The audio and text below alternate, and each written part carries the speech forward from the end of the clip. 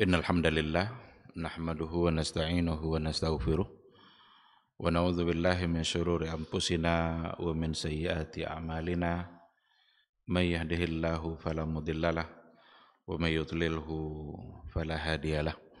Asyhadu an la ilaha illallah wahdahu la syarikalah wa asyhadu anna Muhammadan abduhu wa rasuluh la nabiyya wa la rasula ba'da. Ikhwati fillah, ma'asyiral hadirin wal hadirat, Bapak Ibu-ibu yang dimuliakan Allah, mari kita kembali bersyukur pada Allah Subhanahu wa taala. Alhamdulillah pada pagi yang penuh berkah ini atas izin dan karunia Allah kita bisa kembali melaksanakan sebuah ibadah istimewa, salat subuh. Inna Qur'anal fajri kana mashhuda. Mudah-mudahan kaki yang kita langkahkan ke rumah Allah yang mulia ini bisa menghapus dosa dan pada saat yang sama bisa mengangkat derajat dan kemuliaan kita di sisi Allah Subhanahu wa taala. Kita berharap mudah-mudahan umur yang masih diberikan oleh Allah Subhanahu wa taala hendaknya selalu kita gunakan untuk mendulang pahala, untuk mendulang kebaikan sampai akhir hayat nanti, sehingga catatan amalan kita semakin berat, dan dengan demikian mudah-mudahan kita masuk ke dalam kelompok Ashabul Yamin. Sama-sama kita juga harus memperbanyak selawat dan salam untuk Rasulullah sallallahu alaihi wasallam. Allahumma shalli ala Muhammad wa ala ali Muhammad. Mudah-mudahan sosok figur yang diutus oleh Allah Subhanahu wa taala untuk menyampaikan sebuah risalah, risalatul Islam, itu hendaknya selalu kita tauladani, selalu kita jadikan pedoman, selalu kita cintai. Mudah-mudahan cinta kita kepada beliau membuat kita selamat di hari mahsyar kelak. Amin amin ya rabbal alamin. Ikhwati fillah, ma'asyiral hadirin wal hadirat, rahimani Allah wa iyyakum. Kembali pada pagi hari ini kita akan melanjutkan kajian tauhid, kajian akidah yang masih berhubungan dengan persoalan al-imanu billah. Kita sudah tahu bahwa beriman kepada Allah, keyakinan kita kepada dan iman kita kepada Allah Subhanahu wa taala membuat kita harus percaya kepada 4 hal. Beriman kepada adanya Allah Subhanahu wa taala, dan itu diperkuat dalilnya baik oleh Al-Qur'anul Karim maupun hadis-hadis Nabi, bahkan fitrah dan juga pandangan kasat mata yang kita lihat dalam kehidupan keseharian kita. Dan yang kedua adalah kewajiban kita untuk percaya kepada rububiyahnya Allah. Perbuatan-perbuatan yang hanya bisa dilakukan oleh Allah Subhanahu wa taala, dan itu tidak mungkin bisa dilakukan oleh orang lain selain daripada Allah Subhanahu wa taala. Dia yang menghidupkan, dia pula yang mematikan. Dia yang menghidupkan, dia pula yang menjamin rezeki. Dia yang menghidupkan dan dia pula yang memberikan semua bentuk fasilitas dalam kehidupan kita. Itu adalah bagian dari rububiyahnya Allah. Sedangkan yang ketiga adalah kita harus percaya kepada uluhiyahnya Allah Subhanahu wa taala. Beriman secara uluhiyah, beriman hanya Allah yang pantas untuk kita sembah, sehingga semua ibadah kita harus kita serahkan untuk Allah Subhanahu wa taala. Inna salati wa nusuki wa mahyaya wa mamati lillahi rabbil alamin. Sedangkan yang keempat, konsekuensi dari beriman kepada Allah itu adalah al-imanu bi asma'ihi wa sifatihi. Beriman kepada nama-nama Allah yang mulia dan sifat-sifat Allah yang maha agung. Ini akan kita sampaikan insyaallah pada pagi hari ini sebagai kelanjutan dari apa yang sudah kita bahas. Ar-rabi'u, yang keempat adalah al-imanu bi asma'ihi wa sifatihi. Beriman dan percaya kita kepada nama-nama Allah yang mulia, wa sifatihil ula, dan sifat-sifatnya yang maha agung, maha tinggi.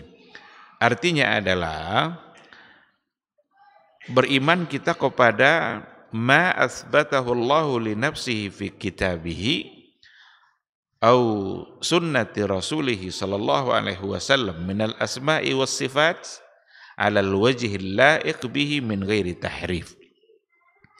Yang dimaksud dengan beriman kepada nama dan sifat itu adalah kita harus percaya kepada semua apa yang telah ditetapkan oleh Allah Subhanahu wa taala untuk dirinya di dalam Al-Qur'an, atau apa yang telah ditetapkan oleh Rasulnya di dalam sunnahnya, minal asma'i was sifat, dari nama-nama dan sifat-sifat, alal wajhil la'iqi bihi, dalam bentuk yang layak bagi Allah Subhanahu wa ta'ala.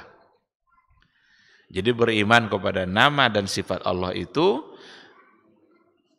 menjadi kewajiban bagi kita untuk mempercayai, mengimani semua yang telah ditetapkan oleh Allah tentang nama dan sifatnya di dalam Al-Quran, atau ketika Rasulnya yang telah menetapkan nama dan sifat itu di dalam sunnah atau hadis-hadis Rasulullah sallallahu alaihi wasallam.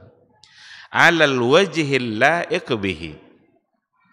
Nama dan sifat yang semua itu adalah sesuatu yang layak dengan kemuliaan Allah Subhanahu wa taala. Min ghairi tahrifin, tanpa kita coba untuk selewengkan, tanpa kita coba untuk merubah-rubahnya. Wala ta'tilin, dan tidak pula menolaknya. Wala takyifin, dan tidak pula mencari-cari kaifanya, bagaimana sifat itu, seperti apa sifat itu. Wala tamsilin, dan juga tanpa mencoba untuk menyerupakannya dengan sifat-sifat yang lain. Nah, ini makna dari beriman kepada mempercayai al-asma wa sifat. Yakin kita terima sifat itu, kita imani nama-nama itu, dan kita imani dengan sesuatu yang layak untuk keadaan hanya untuk Allah Subhanahu wa taala, tanpa kita mencoba untuk merubah-rubahnya, atau tidak pula kita menolaknya, dan tidak juga mencoba untuk mencari-cari seperti apa. Wala tamtsil, jangan diserupakan pula dengan apa yang ada pada makhluk Allah Subhanahu wa taala. Pada poin yang keempat ini dasarnya adalah ayat-ayat Al-Qur'anul Karim dan juga hadis-hadis Rasulullah sallallahu alaihi wasallam. Apa kata Allah dalam Al-Qur'an? Di antaranya ada di dalam surat Al-A'raf ayat 180. Walillahil asmaul husna fad'uuhu biha. Bagi Allah itu, atau Allah itu memiliki al-asmaul husna. Ada nama-nama yang mulia yang dimiliki oleh Allah Subhanahu wa taala. Fad'uuhu biha, maka berdoalah kalian dengan menggunakan nama itu. Jadi ayat ini mengatakan walillahil asmaul husna. Allah Subhanahu wa taala memiliki nama-nama yang mulia dan kita diminta untuk berdoa dengan menggunakan nama itu. Apa maksud dari berdoa menggunakan nama atau al-asmaul husna?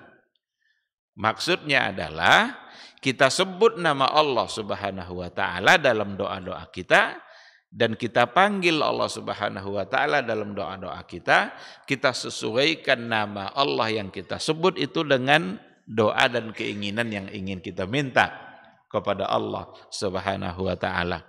Umpama kalau seandainya kita minta rezeki, ya Allah beri saya rezeki, maka sewajarnya lah kita sebut Allah itu sebagai Ar-Razzaq. Ya Razzaq, wahai yang maha pemberi rezeki, urzuqni, beri saya rezeki. Kalau kita ingin dikasihani dan disayangi oleh Allah, maka kita sebut pula nama Allah yang berhubungan dengan kasih sayang itu. Ada Rahman, ada Rahim. Ya Rahman, ya Rahim, irhamni. Kalau kita ingin diampuni oleh Allah Subhanahu wa taala, kita panggil pula ya Ghaffar, wahai yang Maha Pengampun, ya Tawwab, wahai yang Maha Penerima taubat. Jadi kita sesuaikan doa kita dengan, atau kita sesuaikan sebutan nama-nama Allah itu dengan keinginan dan permintaan kita di dalam doa. Nah, itulah sebenarnya yang dimaksud dengan bertawassul dalam doa kita dengan menyebut nama-nama Allah yang mulia. Itu sesungguhnya adalah sesuatu yang masyru', sesuatu yang disyariatkan dan dianjurkan oleh agama. Dan itu salah satu dari tawassul yang dibolehkan. Sebut nama-nama Allah sesuai dengan apa yang ingin kita minta. Wadharul ladzina yulhiduna fi asma'ihi, dan waspadalah kalian terhadap orang-orang yang yulhiduna fi asma'ihi, di mana mereka orang-orang yang mengingkari nama-nama Allah. Berarti ayat ini sebenarnya di dalamnya ada isyarat bahwa akan ada orang-orang yang menyelewengkan, atau akan ada orang-orang kelompok-kelompok yang menolak nama-nama Allah Subhanahu wa taala. Sayujzauna ma kanu ya'malun. Semua mereka itu akan dibalas oleh Allah bima sayujzauna ma kanu ya'malun, apa yang telah dulu mereka lakukan. Ini adalah surah Al-A'raf yang memberikan satu kepastian bahwa Allah Subhanahu wa taala itu memiliki Asmaul Husna. Ada lagi di antaranya ayat dalam surat Ar-Rum ayat 27, walahul matsalul a'la fis samawati wal ard wa huwal azizul hakim. Bagi Allah itu al-matsalul a'la, perumpamaan yang paling tinggi. Tidak akan ada yang bisa diumpamakan dengan Allah Subhanahu wa taala. Tidak akan ada yang mungkin untuk diserupakan dengan Allah Subhanahu wa taala, baik di langit maupun di bumi. Wa huwal azizul hakim, dan Allah itu maha mulia, maha agung, dan maha bijaksana. Di dalam surat Asy-Syura ayat 11 dikatakan laisa kamitslihi syai'un wa huwas samiul basir. Laisa kamitslihi syai'un, tidak ada satupun yang serupa dengan Allah Subhanahu wa taala, wa huwas samiul basir, dan dia maha mendengar lagi maha melihat. Ini adalah 3 di antara sekian banyak ayat yang memberikan satu kepastian Allah itu memiliki Asmaul Husna. Allah punya Asmaul Husna, dan ayat-ayat yang di bawahnya itu menyebutkan di antara nama-nama dan sifat-sifat Allah Subhanahu wa taala. Bahkan kalau kita baca ayat Al-Qur'anul Karim dari awal sampai akhir, sering kita menemukan di ujung-ujung ayat di dalam Al-Qur'anul Karim itu selalu saja diikutkan dengan nama dan sifat Allah Subhanahu wa taala. Innahu huwal ghafurur rahim. Innahu kana bikum rahima. Innallaha huwal azizul hakim, al-aliyul hakim. Itu semua adalah nama-nama dan sifat Allah Subhanahu wa taala. Kalau kita mau tahu apa perbedaan antara nama dengan sifat, kalau setiap nama Allah itu pasti sifatnya. Dikarenakan oleh dia punya sifat itulah dia dipanggil dengan nama itu. Kenapa dia diberi nama dengan Tawwab? Karena memang sifatnya adalah menerima taubat. Kenapa Allah diberi nama dengan Ar-Rahman, Ar-Rahim? Karena memang dia memiliki satu sifat penyayang, dan sayangnya Allah mengalahkan semua sayang yang ada. Sayangnya Allah jauh melebihi sayangnya manusia sesama manusia. Allah begitu mudah untuk memaafkan kesalahan hambanya, tetapi sesama manusia betapa sulit kadang untuk saling memaafkan. Berarti Allah jauh lebih pemaaf. Seberapa besar pun dosa hambanya, dia akan siap untuk mengampuninya. Dia siap untuk memaafkannya. Tetapi sesama hamba kadang-kadang kesalahan yang tidak seberapa, tapi dendamnya bertahun-tahun. Sulit untuk dimaafkan. Jadi itulah beberapa contoh. Di ujung-ujung ayat yang ketika ada Asmaul Husna, itu sesungguhnya Allah sedang memberitahukan dia beritahukan kepada kita bahwa dia adalah seperti itu. Itu namanya dan itu sifatnya. Wa huwas samiul basir, maka di situ ada as-sami' dan di situ ada al-basir. Wa qad dhalla fi hadzal amri, berkaitan dengan persoalan nama dan sifat-sifat Allah ini, ada dhalla fi hadzal amri ta'ifatani, menyimpang dua kelompok dalam persoalan ini. Dalam persoalan nama, ta'ifatani, ada dua golongan yang ketika berhadapan dengan Asmaul Husna terjadilah penyimpangan pada mereka. Siapa itu? Ihdahuma, yang pertama adalah al-mu'attilah, kelompok mu'attilah, at-ta'ifatul mu'attilah, alladzina ankarul asma' was sifat. Al-mu'attilah itu adalah mereka-mereka yang mengingkari nama-nama dan sifat-sifat Allah, baik mengingkari secara keseluruhan au ba'duha, atau sebahagiannya. Za'imina anna itsbataha, mereka menduga bahwa menetapkan nama dan sifat itu yastalzimut tasbih, mengharuskan kita untuk menyerupakan Allah dengan makhluk. Jadi mereka tolak nama itu, mereka tolak sifat-sifat itu dengan satu anggapan, kalau sifat itu kita tetapkan kepada Allah, berarti kita menyerupakan Allah dengan makhluk. Wa hadza za'mu batil. Tapi dugaan itu adalah dugaan yang salah. Menetapkan sifat dan nama untuk Allah tidaklah mengharuskan kita untuk mentasbih, menyerupakan Allah dengan makhluk. Itu dugaan yang batil. Kenapa dugaan itu dianggap batil? Karena kalau seandainya menetapkan sifat itu dianggap nanti menyerupakan Allah dengan makhluk, itu akan terjadi nanti tanaqud fi kalamillah. Tanaqud itu berarti nanti akan terjadi pertentangan antara ayat-ayat Allah, antara perkataan-perkataan Allah yang ada di dalam Al-Quran. Dan tidak mungkin terjadi pertentangan antara ayat-ayat Allah, antara ayat yang satu dengan ayat yang lain. Karena ketika dikatakan Allah memiliki nama dan sifat, lalu dianggap nanti itu menyerupakan Allah dengan menerima nama dan sifat itu, nanti akan bertentangan nanti dengan ayat Allah yang lain, karena Allah sendiri yang mengatakan laisa kamitslihi syai'un wa huwas samiul basir. Jadi dugaan Mu'attilah ini, Mu'attilah itu seperti kelompok Mu'tazilah. Ada satu kelompok dalam aliran kalam Mu'tazilah, mereka punya kecenderungan untuk menolak sifat-sifat atau nama-nama Allah Subhanahu wa taala. Alasannya ya yang tadi itu, karena dengan menerima nama dan sifat itu akan terjadilah tasbih, akan terjadi penyerupaan. Padahal itu tidak mungkin terjadi. Karena Allah sendiri yang mengatakan laisa kamitslihi syai'un. Laisa kamitslihi syai'. Tidak ada satupun yang serupa dengan Allah Subhanahu wa taala.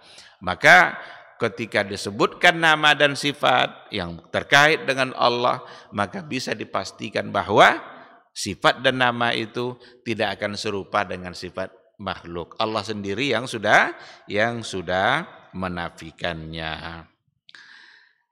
Sedangkan yang kedua dikatakan la yalzamu min ittifaqi syai'aini fi ismin aw sifatin ayyakuna mutamatsilain.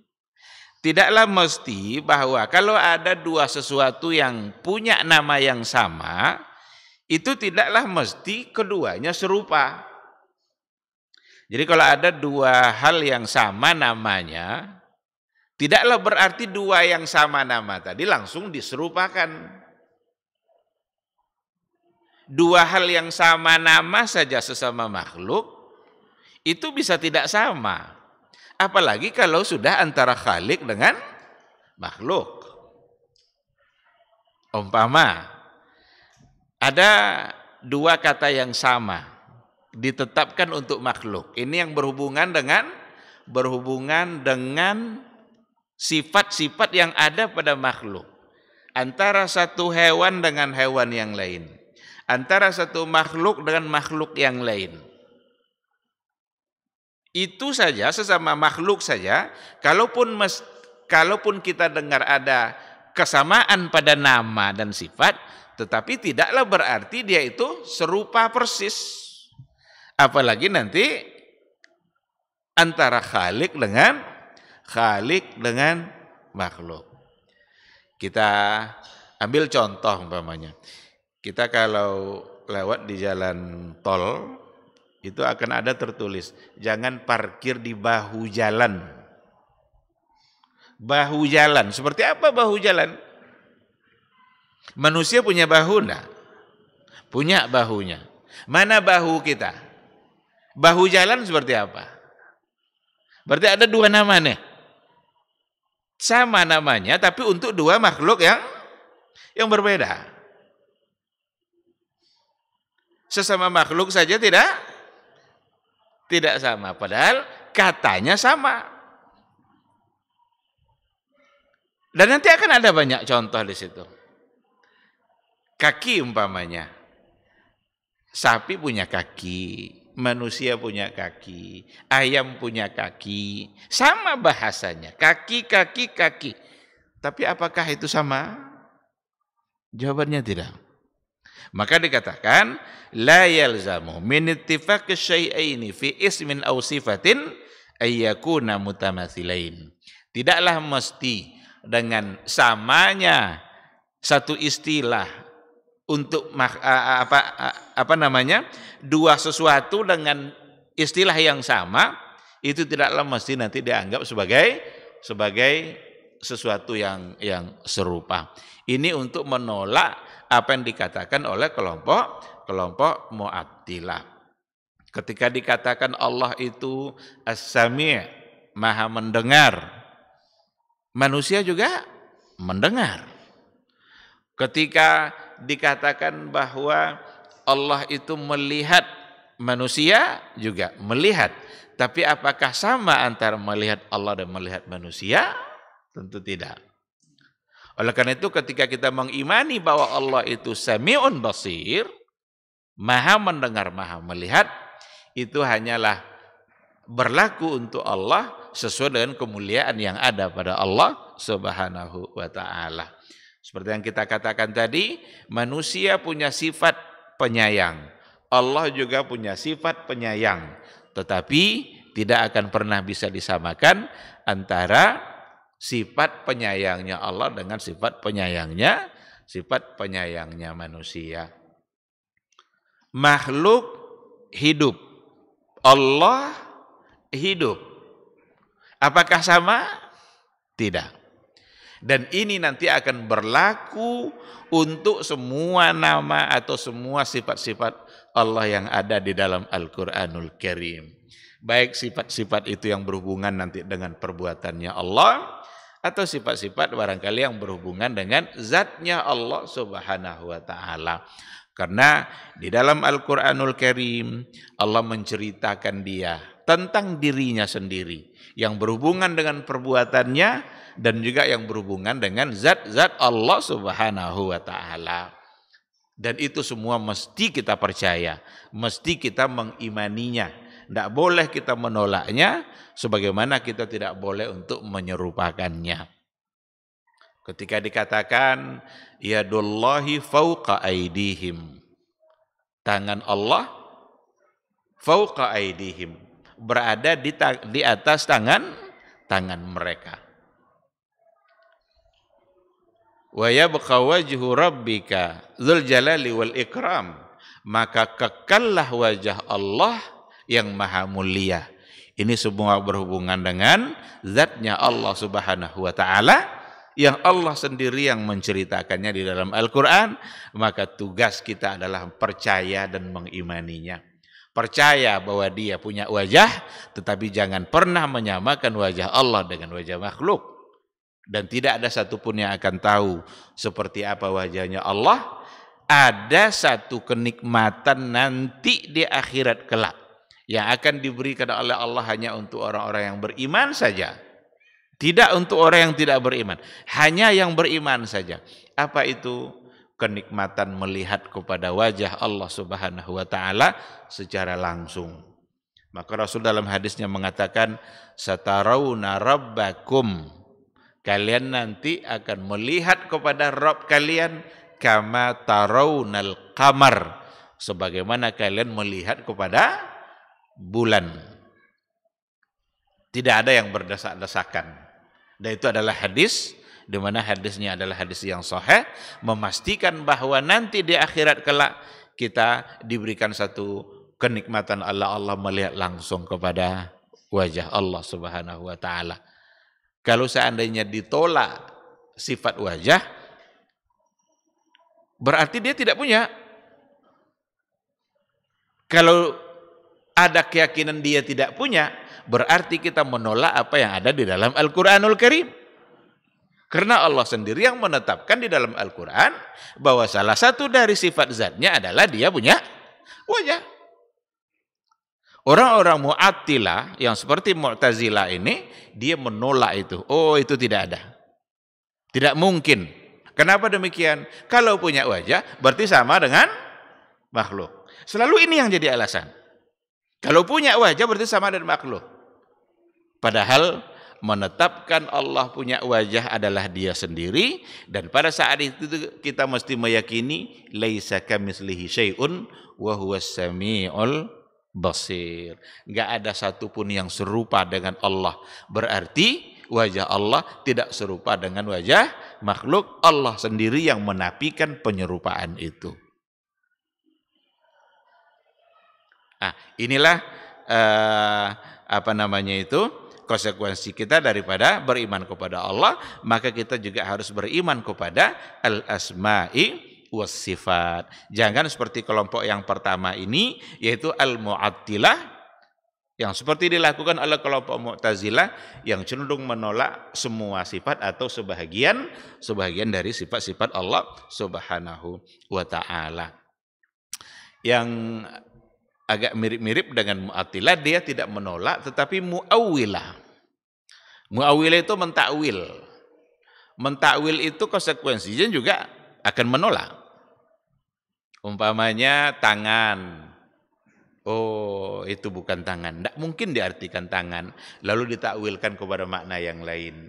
Apa takwilnya? Kekuatan atau kekuasaan.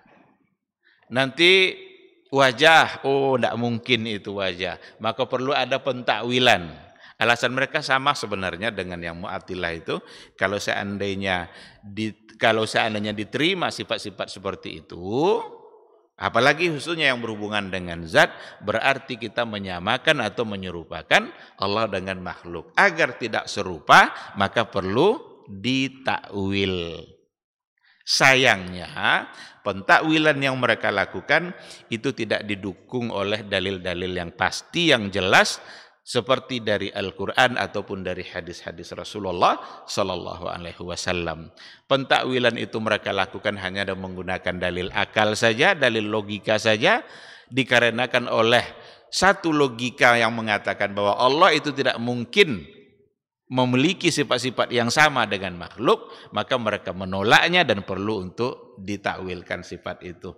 Padahal satu hal yang pasti dan kita yakini, apapun yang dikatakan oleh Allah tentang diri dia, maka tidak mungkin ada yang sama antara Allah dengan makhluk, karena laisa kamitslihi syai'un wa huwas samiul basir.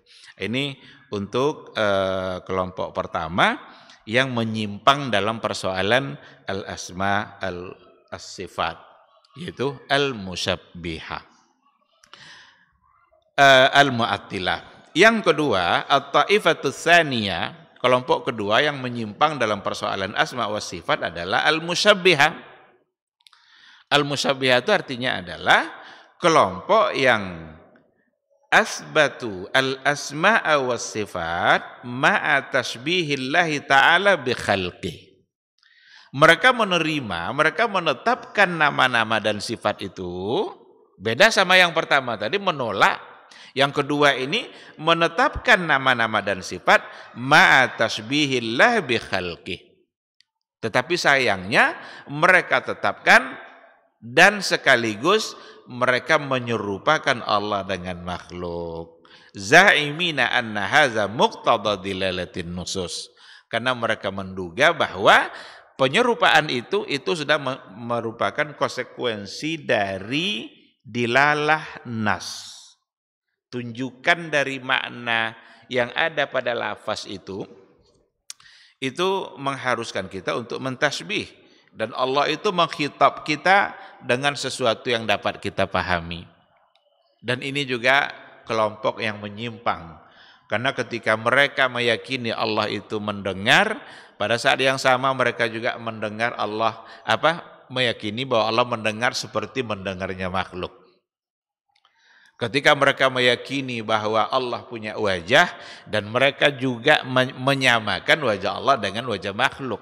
Ini yang tasbih itu. Ini yang musyabbiha, dan tentu saja ini adalah sebuah keyakinan yang menyimpang. Pasti menyimpang. Kenapa demikian? Karena Allah sendiri yang sudah menolak penyerupaan itu. Laisa kamitslihi syai'un wa huwas samiul basir. Jadi yang pertama menolak karena takut untuk menyerupakan, yang kedua menerima sekaligus menyamakan Allah dengan makhluk. Dua kelompok ini menyimpang. Dan yang benar adalah yang di tengah-tengahnya. Apa yang diyakini dulu oleh Rasulullah SAW bersama para sahabatnya, di mana menerima sifat-sifat dan nama-nama Allah yang ada dalam Al-Quran dan dalam hadis Nabi, tetapi pada saat mereka menerima, mereka tidak pernah menyerupakan atau menyamakan antara sifat Allah dengan sifat makhluk. Sesuai dengan apa yang diberitakan oleh Allah, terima. Apa yang ada dalam hadis-hadis Nabi, terima. Dan yakini, karena Nabi kita yang menyampaikan. Kalau seandainya tidak diterima, berarti kita menolak apa yang datang dari Allah dan dari Rasulnya. Kalau seandainya kita takwil-takwilkan pula kepada makna yang lain, sementara Rasul tidak mentakwilkan, berarti kita memahami tidak seperti yang dipahami oleh Rasulullah Sallallahu Alaihi Wasallam. Maka keyakinan yang benar itu adalah terima semua yang disampaikan oleh Allah, tetapi jangan pernah menyamakannya. Itu sikap yang paling tepat, yang benar dalam ketika berhadapan dengan al-asma was sifat.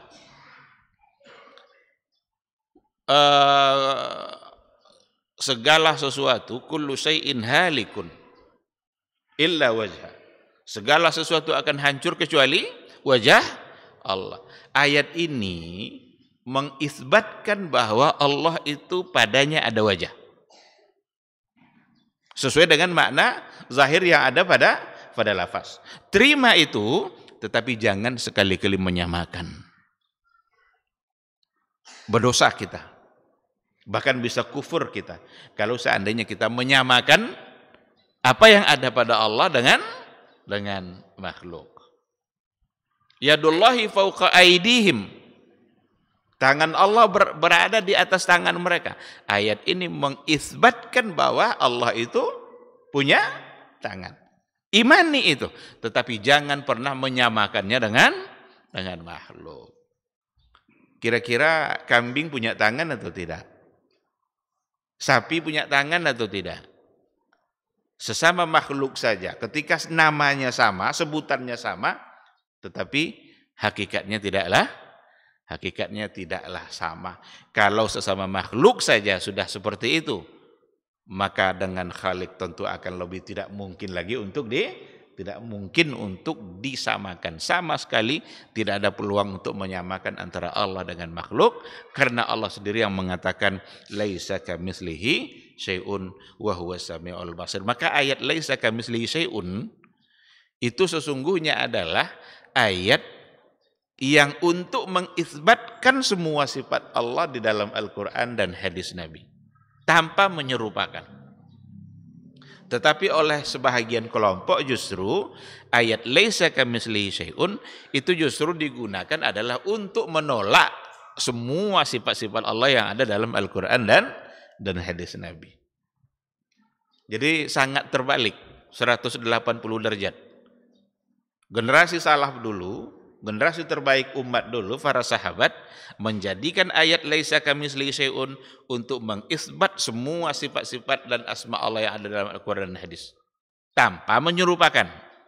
Sementara aliran-aliran kalam yang berdebat dalam persoalan nama dan sifat Allah itu menjadikan ayat ini sebagai dalil untuk menolak semua sifat-sifat yang mereka anggap akan menyerupakan Allah dengan makhluk.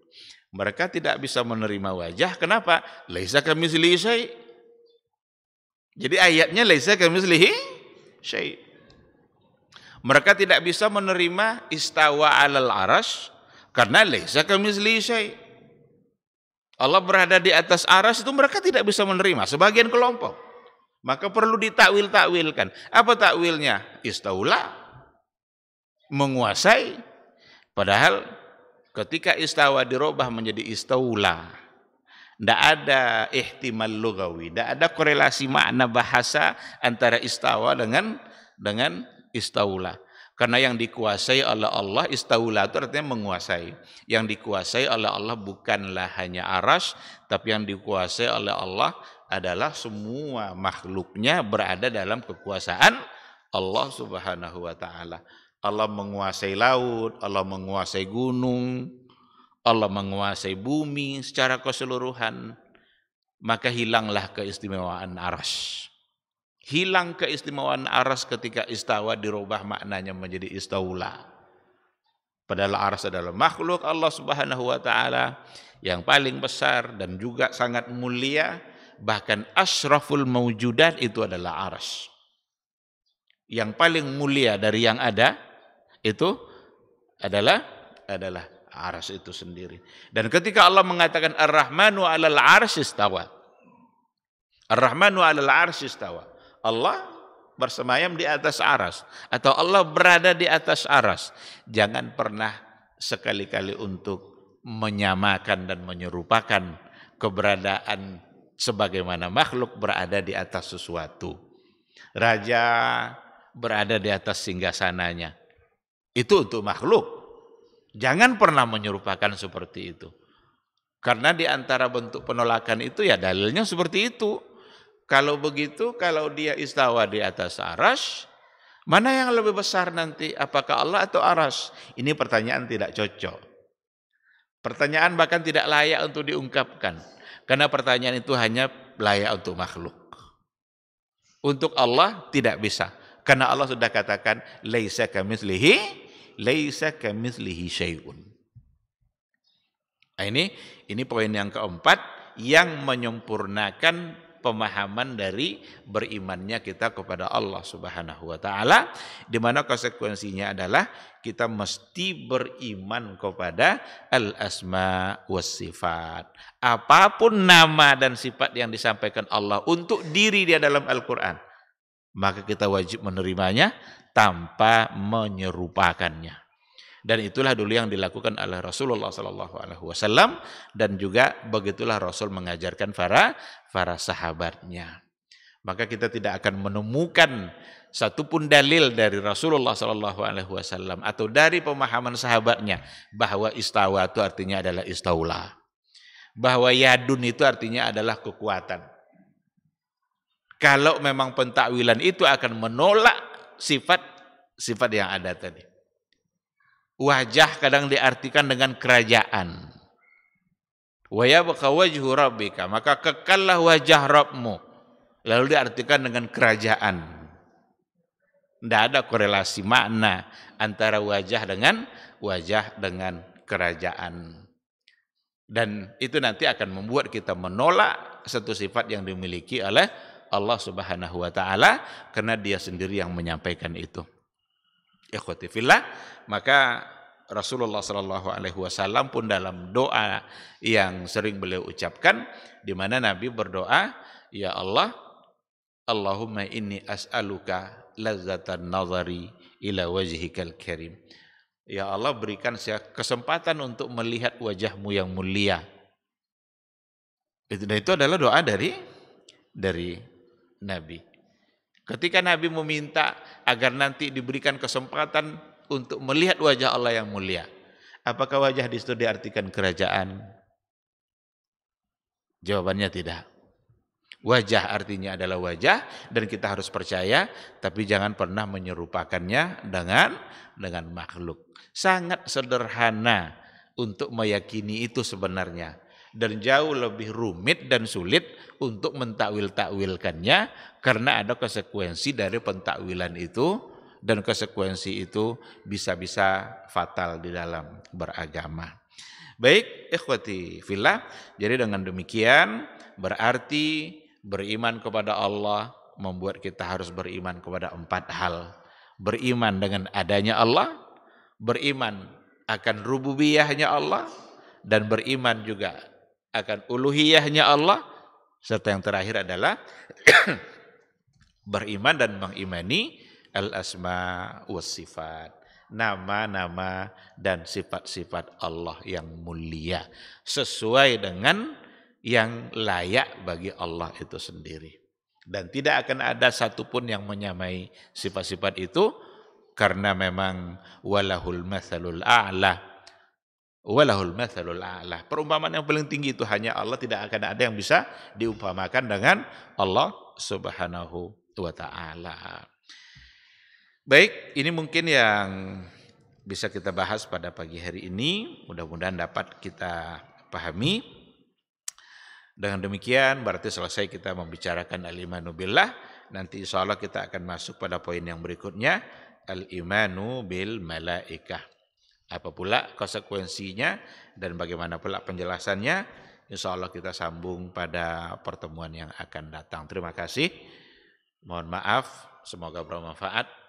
Seandainya ada yang perlu untuk didiskusikan, dipertanyakan, dipersilahkan.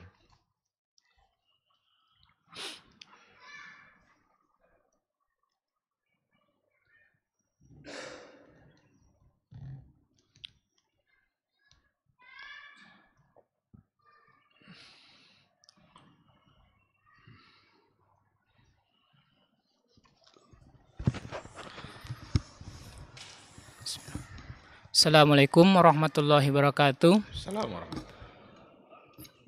Sekarang ini banyak kita dengar banyak orang-orang yang menyanyikan Asmaul Husna tuh Ustaz. Jadi bagaimana itu? Apakah bisa dibenarkan? Yang pertama. Dan kemudian coba ulang lagi, banyak yang menjadikan apa? Menyanyikan. Oh, menyanyi. Menyanyikan dan bahkan kadang mengiringnya dengan musik Ustaz ya. Apakah itu dapat dibenarkan? Kemudian yang kedua terkait dengan itu tadi, yang kelompok-kelompok yang mentakwilkan atau yang menolak sifat atau nama Allah itu, apakah mereka nantinya akan terjerumus kepada kekufuran? Mungkin itu aja Ustaz. Assalamualaikum warahmatullahi wabarakatuh. Waalaikumsalam warahmatullahi wabarakatuh. Yang pertama terkait dengan al-asmaul husna yang sekarang sudah menjadi nyanyi-nyanyian, bahkan diiringi dengan musik-musik. Asmaul husna itu, nama-nama yang mulia itu seharusnya membuat kita semakin khusyuk dan semakin takut kepada Allah dan semakin mencintainya. Jadi pada saat yang sama kita semakin mencintai Allah dan semakin takut kepada ancaman Allah karena nama-nama dan sifat yang sempurna. Maka kalaulah seandainya kita benar-benar paham dan Asmaul Husna, terpelihara kita dari dosa, tak akan terlaksana dosa itu. Sehingga Nabi pun mengatakan, sesungguhnya Allah itu memiliki nama Tis'a wa tis'ina isman. 99 nama. Mi'atun illa wahidah. 100 kurang 1. Jadi sudah disebut 99-nya, disebut lagi 100 kurang 1. Wa man ahsaha dakhalal jannah. Barang siapa yang menghafalnya masuk surga. Itu hadis Nabi. Berarti Asmaul Husna itu luar biasa kan? Itu bisa membuat kita masuk surga itu. Menghafalnya. Tapi menghafal seperti apa? Menjaga seperti apa yang dimaksud? Ada dua hal. Pertama, kita tahu sebutannya, namanya. Kemudian kita amalkan apa yang menjadi konsekuensi dari nama itu sendiri. Itu yang membuat kita masuk surga. Contoh, dulu sudah juga pernah kita sampaikan contoh ini. Umpamanya kita tahu bahwa Allah itu punya nama dan punya sifat basir. Basir itu salah satu dari Asmaul Husna. Namanya di dalamnya ada sifat basar, maha melihat. Ketika kita menghafal nama itu, tidak sekedar menghafal lafaz lalu masuk surga. Tapi menghafal konsekuensi dari nama itu sendiri. Pada saat kita tahu bahwa Allah itu maha melihat, basir itu artinya maha melihat. Pada saat kita mengetahui Allah maha melihat, dan pengetahuan kita tentang sifat Allah maha melihat tadi itu, membuat kita terhenti untuk melaksanakan maksiat. Setiap kali mau mengerjakan dosa, ingat kita Allah itu basir. Setiap kali kita ingin melangkahkan kaki kita ke tempat dosa, kita ingat Allah basir. Lalu tidak jadi kita melangkah, tidak jadi kita buat dosa itu. Itu namanya hifzul amal. Menjaga pengamalan yang ada di dalam Asmaul Husna. Itu yang bisa masuk surga. Cuma kadang sayangnya sekarang itu sudah menjadi lagu-lagu, nasyid-nasyid yang kadang-kadang diiringi oleh musik-musik yang tentu saja itu tidak pada tempatnya. Karena mencampur adukkan antara yang hak dengan yang batil. Antara yang hak dengan yang batil. Tidak datang kehusukan kita dengan menyebut nama-nama Allah seperti itu. Bahkan yang ada cuma hanya hura-hura atau perasaan-perasaan yang sebagai hiburan-hiburan. Padahal orang-orang dahulu ketika menyebut nama Allah, Sami'un Basir saja. Ghafurur Rahim. Tawwab. Itu bisa mereka meneteskan mata. Meneteskan air matanya. Dikarenakan oleh mereka memahami konsekuensi yang ada di balik nama itu. Sementara sekarang hanya sekadar untuk dilantun-lantunkan sebagai nasyid, nyanyi-nyanyian, diiringi oleh musik-musik yang cenderung lebih melalaikan daripada mengingatkan kita kepada akhirat. Itu untuk yang pertama. Sedangkan yang kedua, ketika ada kelompok-kelompok yang mu'attilah, yang menolak atau yang mentasbih, apakah mereka, apa tadi? Apakah mereka dihukumkan kafir atau masuk kepada persoalan kekufuran? Penghukuman terhadap kafir itu tidak mudah. Menghukumkan seseorang itu kafir itu tentu tidaklah mudah. Itu perlu iqamatul hujjah. Perlu ada hujjah yang ditegakkan. Apakah mereka melakukannya dengan penuh kesadaran, ataukah karena mereka melakukan karena ketidaktahuannya? Itu banyak dalam beragama kita hukum-hukum seperti itu. Ketika Nabi mengatakan barang siapa yang meninggalkan sholat Jumat 3 kali itu bisa kufur. Sekarang ada orang yang meninggalkannya 3 kali, langsungkah dihukumkan kufur? Ternyata tidak. Ada asbabnya, ada iqamatul hujjahnya, ada argumentasi yang harus ditegakkan. Apakah mereka meninggalkannya karena bermalas-malasan? Apakah karena mereka meninggalkan karena menolak kewajibannya? Kalau ada orang yang menolak kewajiban yang diwajibkan oleh Allah secara terang dia tolak, berarti dia bisa dihukumkan sebagai kufur. Bisa dihukumkan sebagai kufur. Kalau dia menolak secara terang-terangan sebuah kewajiban yang ditetapkan oleh Allah. Tapi kalau mereka meninggalkannya karena bermalas-malasan, itu disebut sebagai orang yang fasik. Maka yang tadi itu, ketika mereka menyerupakan Allah dengan makhluk secara sadar, tidak mau diingatkan, serahkan kepada Allah, tapi secara zahir dia bisa masuk dalam kekufuran tadi itu. Karena sudah diberikan hujahnya, tidak mungkin Allah itu sama dengan makhluk. Mustahil, Allah yang bilang, laisa kamitslihi syai'. Sekarang kelompok musabbihah diyakininya Allah itu sama dengan makhluk. Berarti dia telah menolak apa yang ada di dalam Al-Qur'anul Karim. Nah, oleh karena itu, dalam persoalan pentakwilan itu ada satu kaidah, at-ta'wilat laysat mukaffirah. Pentakwilan itu bukanlah membuat orang langsung menjadi kufur. Nah, oleh karena itu tidak mudah untuk takfir dan jangan sembarangan untuk melakukan itu. Karena perlu dilakukan iqamatul hujjah, penegakan hukum, penegakan hujjah, apakah mereka menyadari dengan kesalahannya atau mereka terjebak kepada pemahaman-pemahaman yang mereka anggap itu adalah benar, ternyata itu adalah satu kesalahan. Wallahu subhanahu wa ta'ala alam.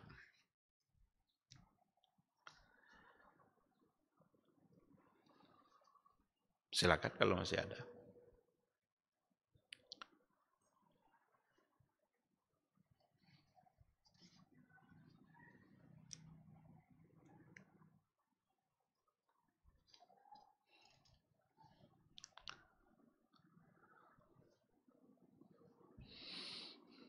Baik, kalau tidak ada, saya kira kita cukupkan sampai di sini. Mudah-mudahan bermanfaat. Mudah-mudahan majelis ini bisa menjadi wasilah untuk mendapatkan ilmu dan untuk mendapatkan kemuliaan kita di sisi Allah Subhanahu wa taala. Insyaallah kita sambung pada pertemuan yang akan datang dengan pembahasan kelanjutannya. Kita tutup dengan doa kafatul majelis. Subhanakallahumma wa bihamdika asyhadu an la ilaha illa anta astaghfiruka wa atubu ilaik. Wassalamualaikum warahmatullahi wabarakatuh.